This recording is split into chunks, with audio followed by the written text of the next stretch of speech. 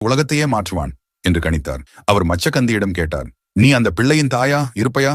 வம்சவிருத்திக்காக ஒரு மகனை நான் வேண்டுகிறேன். ஆளானவளே, என்னுடன் சங்கமிப்பாயா? மச்சக்கந்தி அதிர்ந்தாள். ஓ பாவங்களற்றவரே, உமது அணைப்பை நான் ஏற்றால் எனது கன்னித்தன்மைக்கு களங்கம் ஏற்படும். எனது கற்பை களங்கப்படுத்திக் கொண்டு நான் எப்படி வீடு திரும்ப முடியும் என்றாள்.